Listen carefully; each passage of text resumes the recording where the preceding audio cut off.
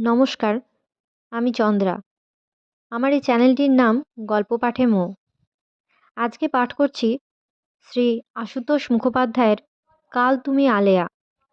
গল্প পাঠ যদি আপনাদের ভালো লেগে থাকে তাহলে চ্যানেলটিকে অবশ্যই লাইক, শেয়ার ও সাবস্ক্রাইব করে পাশে থাকবেন এবং আপনাদের মূল্যবান মতামত কমেন্টের মাধ্যমে জানাবেন। শুরু করছি। পাশের ঘরের দোরগোড়ায় এসে দাঁড়ালেই সোনা বৌদির গোটা সংসারটা চোখে পড়ে। মস্ত ঘর, যে দুটো ঘরে থাকতো এই একটাই তার চারগুণ। কালের জড়ায় ঘরের জলুস গেছে, কাঠামো যা আছে তাও তাক লাগার মতো। ধীরাপদর মনে আছে ঘর দেখাতে এনে সোনা বৌদির দু চোখে আনন্দের বন্যা দেখেছিল। রাজপুরুষের আমলে এটা নাকি ছিল মজলিস কোঠা, ভেতরে দরজা দিয়ে সঙ্গে একটা খুপড়ি ঘর। এটার তুলনায় বেখাপ্পা ছোট। সোনা বৌদি আরও খুশি, এটা মজলিস ঘর আর ওটা কি? ওটা কি বা কেন ধীরাপদ ভাববার অবকাশ পায়নি তখনও। কি করে বা পাবে? একাদশী শিকদার আর শকুনি ভট্টাচার্যের গঞ্জনায় আর ওর ছাত্রী পড়ানোর দাপটে নাজেহাল হয়ে আগের দিন মাত্র মজলিস ঘরের বাস তুলেছেন রমণী পণ্ডিত। আর তার পরদিনই গনুদা আর সোনা বৌদিকে ঘর দেখাতে নিয়ে এসেছিল ধীরাপদ। সোনা বৌদির আনন্দ দেখে তারও আনন্দ হয়েছিল। বলেছিল, এটা বোধহয় রসদ ঘর, মজলিসের রসদ মজুদ থাকতো। এই রসদ ঘর এখন গনুদার শয়নঘর। প্রথম দিন থেকেই সেই ব্যবস্থা সোনা বৌদির। প্রস্তাবনাটা ধীরাপদ আজও ভোলেনি। গনুদার দিকে চেয়ে বেশ হালকা করেই বলেছিল, যেমন রসদই হোক, জোগাচ্ছ যখন, তুমি এই ঘরটাতেই থাকো। যে ঘরে এতকাল থেকে এসেছে সে তুলনায় ওই খুপড়ি ঘরও স্বর্গ। তবু এমন ঘরের মাঠের মতো জায়গা পড়ে থাকতে তাকে ওখানে ঠেলার ব্যবস্থাটা গনুদার মনোপুত হয়নি। মৃদু আপত্তিও করেছিল, এত জায়গা থাকতে আবার ওখানে কেন, ও ঘরে জিনিসপত্র। শেষ করে উঠতে পারেনি। কাঁচের সরঞ্জামগুলো মুছে মুছে সোনা বৌদি তাকের উপর তুলে রাখছিল। সেখান থেকে ফিরে তাকিয়েছিল শুধু। গনুদা আমতা আমতা করে বলেছে, ও ঘরটায় তেমন বাতাস লাগবে না বোধহয়। থাক, আর বেশি বাতাস লাগিয়ে কাজ নেই। ধীরাপদর চোখে চোখ পড়তে সোনা বৌদি হেসে ফেলে তাড়া দিয়েছে, সঙ্গের মতো দাঁড়িয়ে না থেকে একটু গোছগাছ করলেও তো পারেন। একটু আগে বেশি ব্যস্ত হওয়ার জন্য তাড়া খেয়ে ধীরাপদ চুপচাপ দাঁড়িয়েছিল। সোনা বৌদি ঘরণী পটু। এত বড় ঘরটাকে বেশ সুবিন্যস্তভাবে কাজে লাগিয়েছে। একটা দিক ভাগ করে নিয়ে গৃহস্থালি পেতেছে, অন্যদিকে নিজের আর ছেলে মেয়েদের শোবার জায়গা। মাঝখানটা ফাঁকা। তার ওধারে এক ফালি ঢাকা বারান্দায় রান্নার ব্যবস্থা। ধীরাপদ ঘরে ঢুকল। এক কোণে ঘাড় গুজে মেয়ে উমারানি হাতের লেখা মক্স করছে। ঘরের মধ্যে চক্রাকারে ঘুরে মুখ দিয়ে একটা কল্পিত ইঞ্জিন চালাচ্ছে 5 বছরের টুনু। আর তার পরের বাচ্চাটা দিদির পাশে বসে নিবিষ্ট চিত্তে একখণ্ড কাগজ বহু খণ্ডে ভাগ করছে। ওদিকে ফিরে বসে সোনা বৌদি বাটিতে দুধ ভাগ করছিল। কারো পদার্পণ অনুমান করে ফিরে তাকালো। তোলা উনুনে ছোট জলের কেটলিটা চাপিয়ে দিয়ে ঘরে এসে মেয়েকে বলল, খেয়ে নেগা যা, ওদের নিয়ে যা। ধীরাপদের দিকে ফিরল। আবার ঘুমিয়ে পড়েছিলেন নাকি? না, সেই কখন থেকে তো উঠে বসে আছেন দেখলাম। এতক্ষণ কি করলেন? আপনার প্রণামের ঘটা দেখে ভক্তিতত্ত্বের কুলকিনারা খুঁজছিলাম। হেসে ফেলেও সামনে নিল। পেলেন? না। চৌকির একধারে বসল সে। পাপী তাপী মানুষ, পাবেন কি করে? অমন সৎ ব্রাহ্মণ পায়ের ধুলো পাওয়াও ভাগ্যি। বসুন, চা করে আনি। উনুনে কেটলি চাপাতে দেখে মনে মনে ধীরাপদ এই ভয়টাই করছিল। যতটা সম্ভব সহজভাবেই বাধা দিল, যা থাক, কি কাজ আছে বলছিলেন? 2 বছরের মধ্যে সম্ভবত এই প্রথম চায়ে অরুচি। বাধা পেয়ে সোনা বৌদি দাঁড়িয়ে গেল, প্রচ্ছন্ন কৌতুকাভাস। চা থাকবে কেন? কটা দিন দিনই বলে। এই প্রসঙ্গ ধীরাপদ এড়াতে চেয়েছিল। আজ এই ঘরে আবার তার ডাক পড়াটা সহজভাবে নিতে পারেনি। নেওয়া সম্ভবও নয়। নয় বলেই বাইরের সহজতাটুকু বজায় রাখার তাগিদ। তাছাড়া দিন তার একেবারে খারাপ যাচ্ছে না, সেরকম একটু আভাস সোনা বৌদি পাক। নির্লিপ্ত জবাব দিল, কাল রাতের খাওয়াটা বড় বেশি হয়ে গেছে, এখনো ভার ভার লাগছে। সোনা বৌদি সেখান থেকেই মেয়েকে নির্দেশ দিল চায়ের কেটলিটা উনুন থেকে নামিয়ে রাখতে। তারপর ঠোঁটের ডগায় হাসি চেপে বেশ সাদাসিধেভাবে জিজ্ঞাসা করলো, কাল রাতের খাওয়াটা এমন বেশি হয়ে গেল কোথায়? আর কথা বাড়াতে আপত্তি নেই ধীরাপদর। অনেক কাল বাদে এক দিদির সঙ্গে দেখা হয়ে গেল তার ওখানে। আপনার দিদি আছে জানতুম না তো। নিজের দিদি নয়, পাতানো দিদি। হেসে ফেলেও চট করে গম্ভীর আবার। প্রাতরাশ শেষ করে ছেলে মেয়ে ঘরে ঢুকেছে। সোনা বৌদি মেয়েকে আদেশ দিল বাপের খুপড়ি ঘরে বসে পড়তে। মায়ের মেজাজ, মেয়ে ছেলে, এমনকি ওই 2 বছরের বাচ্চাটাও বুঝতে শিখেছে। বোনের সঙ্গে সঙ্গে তারাও সরে গেল। সোনা বৌদির উৎফুল্ল হাসি আবার। আপনার যদি একটু জ্ঞানগম্যি থাকতো, পাতানো বৌদি দেখেও শিক্ষা হলো না, আবার পাতানো দিদি। ধীরাপদ হাসি মুখে জানিয়ে দিল, এই সম্পর্কটা 30 বছর আগের। কি বলবেন বলুন, একটু বেরুবো। দিদির ওখানে যাবেন? না। ঈষৎ চিন্তিত মুখেই সোনা বৌদি তাকে ডাকার কারণটা ব্যক্ত করলো এবার। বলল, এমন দিনে ব্রত সাঙ্গ হলো, সৎ ব্রাহ্মণ দুজন আহার করবেন, কিন্তু কাকে দিয়েই বা ব্যবস্থা করি? ধীরাপদ অবাক। ভট্টাচ মশাই আর শিকদার মশাই? মুখের দিকে তাকালেই বোঝা যেত সোনা বৌদির চিন্তাটা বাহ্যিক। বড় নিঃশ্বাস ফেলে জবাব দিল, হ্যাঁ, কপাল গুনে ওরাই আজ গোপাল ঠাকুর। আমাকে দিয়ে গিয়ে পরে নেমন্তন্ন করতে হবে? তাকে আঁতকে উঠতে দেখে সোনা বৌদি এবারে হেসেই ফেলল। আপনার নিমন্ত্রণ ওরা নেবেন কেন? সেই কাজটা আপনার দাদা কাল রাতেই সেরে রেখেছে। কিন্তু বাজারটা করাই কাকে দিয়ে? আপনার আবার দিদি জুটে যাবে জানলে ব্রতটা আপাতত সাঙ্গ না করলেও হতো। ভোরবেলা ব্যাপারটা স্পষ্ট হলো এতক্ষণে। সদাচারী ব্রাহ্মণ পণ্ডিতের ঘরের মেয়ে ব্রত পার্বণ পালন অস্বাভাবিক কিছু নয়, তবু দুর্বোধ্য লাগছে। 2 বছরের মধ্যে কোনো রকম আচার অনুষ্ঠান দেখা দূরে থাক, এসবে মতি আছে বলেও মনে হয়নি কখনো। কিসের ব্রত ছিল? তোরঙ্গ থেকে টাকা বার করে এনে সোনা বৌদি ঠাট্টার সুরেই ফিরে জিজ্ঞাসা করল, কটা ব্রত আপনার জানা আছে? নিন, আর দেরি করবেন না। টাকা নিয়ে ধীরাপদ উঠে দাঁড়ালো। কি আনতে হবে? হাতি, ঘোড়া, বাঘ, ভাল্লুক, যা পান। হেসে ফেলল, যা ভালো বোঝেন আনবেন। নিন্দে না হলেই হলো, আর একটু বেশি বেশি আনবেন। বাজার করা এই প্রথম নয়, সপ্তাহে 3-4 দিনই করতে হতো। কিন্তু টাকার সঙ্গে কি আনতে হবে না হবে তারও একটা চিরকুট থাকতো সোনা বৌদির। আজ নেমন্তন্নের দিনেও সেটা নেই কেন অনুমান করা খুব শক্ত নয়। বাজারের পথে যেতে যেতে ধীরাপদ সেই কথাই ভাবছিল। নির্ভরতা দেখালো, আজ অনেক কিছুই দেখিয়েছে সোনা বৌদি। সকালে প্রণামের ঘটা, দুপুরে আবার ওই দুজনকেই নেমন্তন্ন। তারা এখন থেকে তুষ্টই থাকবেন বোধহয়।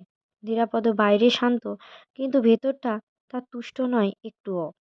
তার সঙ্গে নতুন করে এই আপোষের চেষ্টা কেন সোনা বৌদির? সেও কি ওদেরই একজন? ডাকলে কাছে আসবে, ঠেলে দিলে দূরে সরে যাবে। সোনা বৌদির ঘর থেকে বেরিয়ে আসার সঙ্গে সঙ্গে সহজতার মুখোশটা আপনি খসে গেছে। কি করবে স্থির করে নিতে এক মুহূর্তও দেরি করেনি। বাজার নিয়ে কুঠি সংলগ্ন দারোয়ানের পুরো ঘরটার সামনে এসে দাঁড়ালো সে। এখান থেকেও তাদের ঘর বেশ খানিকটা পথ। ডাকলো, শুকলাল আছো? মাঝবয়সী দারোয়ান শুকলাল তক্ষুনি বেরিয়ে এলো। নমস্কার ধীরুবাবু, কি খবর বলেন? খবর ভালো। আমার বিশেষ তাড়া আছে, তুমি এগুলো একটু পৌঁছে দিয়ে এসো তো। অনেক বাজার দেখি। হৃষ্ট চিত্তে শুকলাল থলে দুটো নিল। কোন ঘর কার কাছে পৌঁছে দিতে হবে তার জানাই আছে। নিশ্চিন্ত মনে ধীরাপদ বড় রাস্তায় এসে দাঁড়ালো আবার। ভিতরে ভিতরে তারও এক ধরনের আনন্দ হচ্ছে বই কি। বাজার পৌঁছে দিয়েই শুকলাল ফিরে আসবে না, রান্নার বারান্দার কাছেই গ্যাঁট হয়ে বসবে। বাজার দেখে তারিফ করবে, তার থেকে জিনিসপত্রের দুর্মূল্যের কথা উঠবে, দিনকালের কথা উঠবে। দুটো আলু, একটা বেগুন, এক টুকরো কুমড়ো ইত্যাদি তার দিকে এগিয়ে না দেওয়া পর্যন্ত ওঠার তাড়া দেখা যাবে না। মুখ ফুটে চাইবে না কিছু, দিলে বরং সলজ্জ আপত্তি জানিয়েই গ্রহণ করবে সেগুলো। সে এসে বসলেই সোনা বৌদি হাসে। আজ হাসবে? ধীরাপদ খুশি হতে চেষ্টা করছে, তবু কোথায় অস্বস্তি একটুখানি, মাঝে মাঝে বিমনাও হয়ে পড়ছে। নিজের ওপরেই বিরক্ত হলো সে। যা করেছে বেশ করেছে, ও নিয়ে আর মাথা ঘামানো কেন? তার এখনো অনেক কাজ। কাজের তাগিদে দ্রুত পা চালিয়ে দিল। কাজ বলতে বিজ্ঞাপন লেখার কাজ। সেও বাঁধা ধরা কিছু নয়, যখন যেমন জোটে। আর বিজ্ঞাপন বলতেও ফলাও কোনো ব্যাপার নয়। ছোট ছোট দুটো কবিরাজের দোকান আর একটা পুরনো বইয়ের দোকানের সঙ্গে কি করে একদিন যোগাযোগ হয়েছিল আজ আর মনেও নেই। কবিরাজদের নতুন নতুন ঔষধ উদ্ভাবনে রোগ সারুক আর না সারুক, বিজ্ঞাপনের চটকে কাজ হয়। রোগীও তুষ্ট, চিকিৎসকও তুষ্ট। বিজ্ঞাপন আশার সঞ্জীবনী। বইয়ের দোকানের বিজ্ঞাপন লেখার কাজটা একটু অন্য রকমের হলেও মনে মনে ধীরাপদর সেটা আরও অপছন্দ। পুরনো বইয়ের দোকানে পুরনো বই মেলেই, সেই সঙ্গে বটতলার কাগজে ছাপা রং বেরঙের মলাট দেওয়া নতুন বইও মেলে অনেক। স্বর্গদরজার কাছাকাছি পৌঁছে দেওয়ার মতো আচার অনুষ্ঠান, ক্রিয়াকলাপ, বিধিবিধানের পুস্তিকাও আছে। আবার সম্মোহন, বশীকরণ, দেহবিজ্ঞান, নবযৌবন লাভের সুলভ তথ্যের রসদও মজুদ। দোকানের মালিক নিজেই পছন্দমতো লেখক সংগ্রহ করে সুযোগ সুবিধা মতো এ ধরনের দু একখানা করে বই ছেপে ফেলেন। ওষুধের বিজ্ঞাপন লিখতে হলে ওষুধ খেতে হয় না, কিন্তু বইয়ের বিজ্ঞাপন লিখতে হলে বইগুলো পড়তে হয়। এই জন্যই এই কাজটা ধীরাপদর তত পছন্দ নয়। পড়ার পরে আর লিখতে মন সরে না। এখনকার বিজ্ঞাপন স্ফুলিঙ্গের পতঙ্গ কারা সেও নিজের চোখেই দেখেছে। দেখে দেখে ধীরাপদর এক এক সময় মনে হয়েছে এই কালটাই ব্যাধিগ্রস্ত। বইয়ের দোকানের মালিক দেবাবু বলেন মন্দ না। আভাসে ইঙ্গিতে অনেকবার টসটসে জোরালো কিছু একটা লেখার প্রেরণা দিয়েছেন তাকে। জোরালো বিজ্ঞাপন নয়, জোরালো আরও কিছু।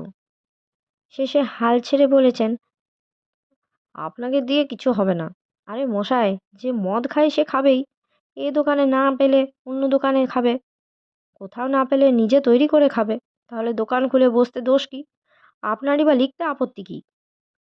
স্বচ্ছ দৃষ্টি।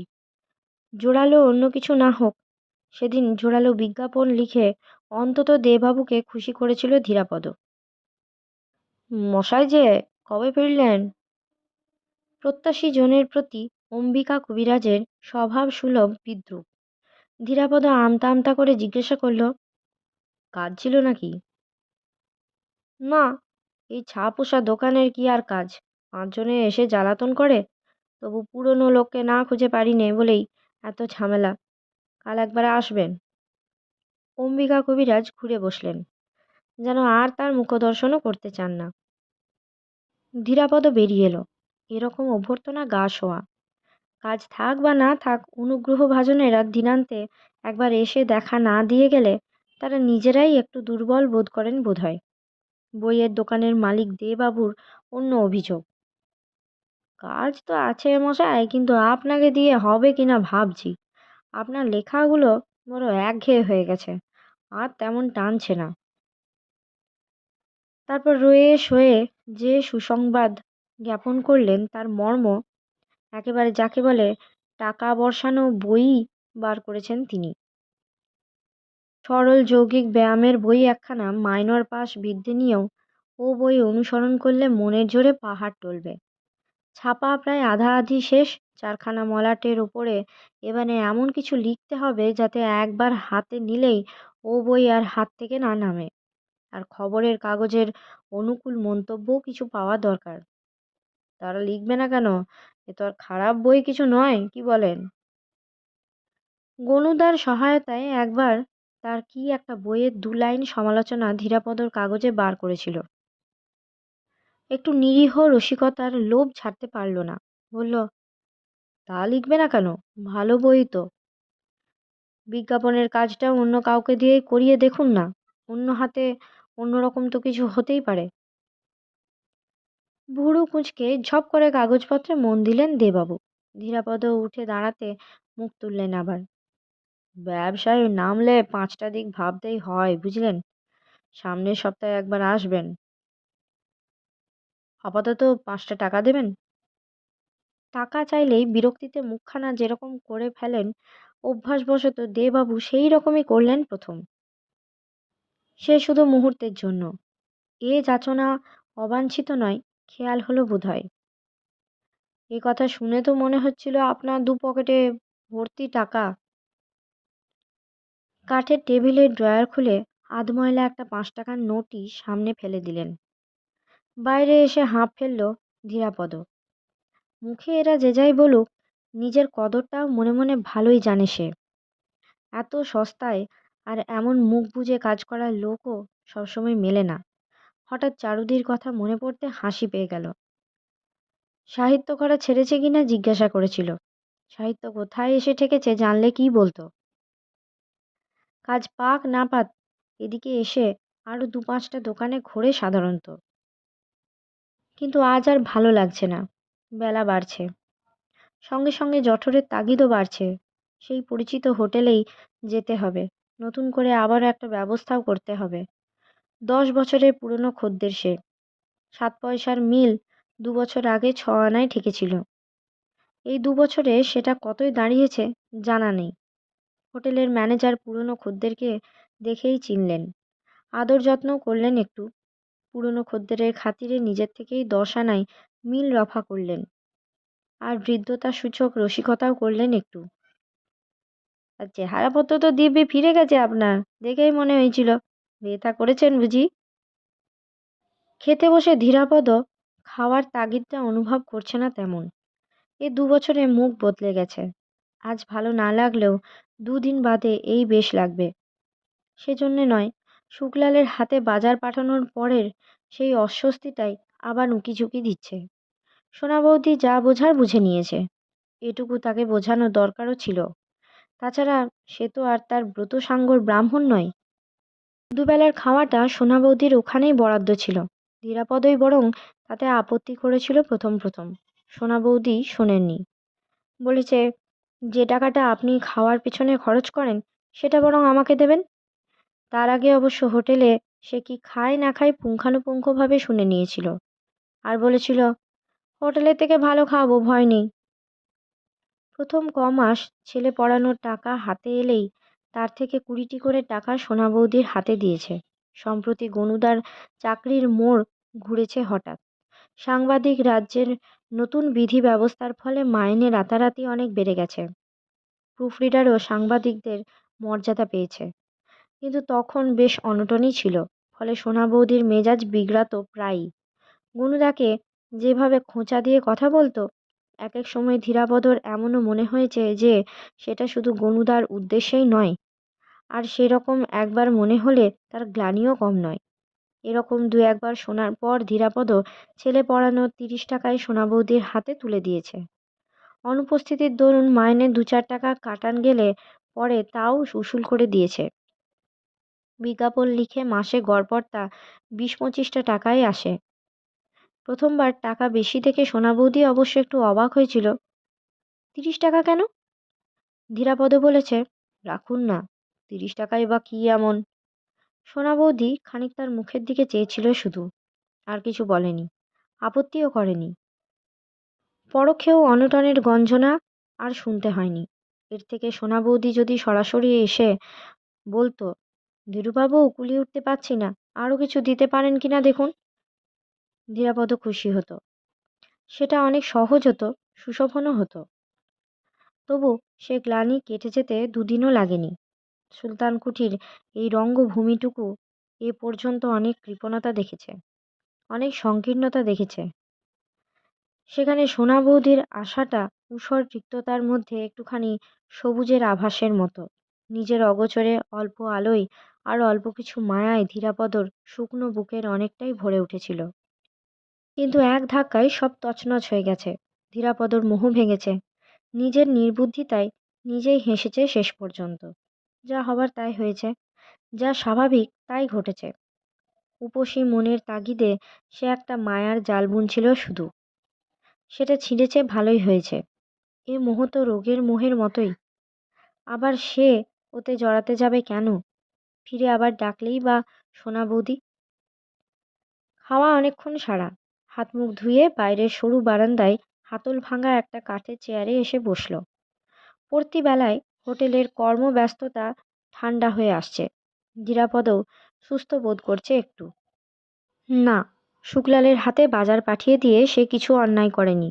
সোনা বৌদির পরোক্ষ আমন্ত্রণ এভাবে প্রত্যাখ্যান করাটা কিছুমাত্র অন্যায় হয়নি তার।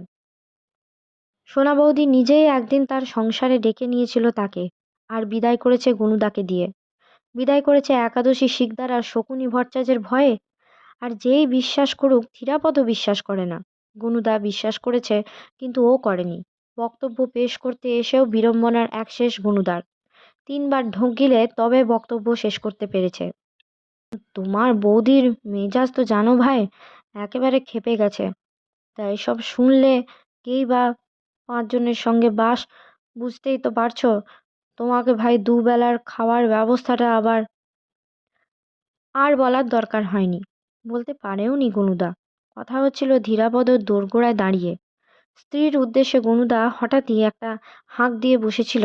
তারপর, কই গো, শুনছো? আসবে ধীরাপদ ভাবেনি, কিন্তু সোনা বৌদি দরজার বাইরে এসে দাঁড়িয়েছিল। আর সেই থমথমে মুখের দিকে ধীরাপদ নির্দ্বিধায় তাকাতেও পেরেছিল। ডেকে ফেলে বরং একটু বিব্রত বোধ করেছিল গনুদা নিজেই। ধীরুদাকে বুঝিয়ে বললাম সব। ও আপনজন, বুঝবে না কেন? কই আজ ওকে চা দিলে না এখনো? চায়ের বদলে 2 চোখে আগুন ছড়িয়ে সোনা বৌদি আবার ঘরে ঢুকে গেছে। আজকের মতো গল্প পাঠ এই পর্যন্তই। নিয়ে আসবো পরবর্তী অংশ পরবর্তী ভিডিওতে। সকলে ভালো থাকবেন, সুস্থ থাকবেন এবং পাশে থাকবেন। নমস্কার।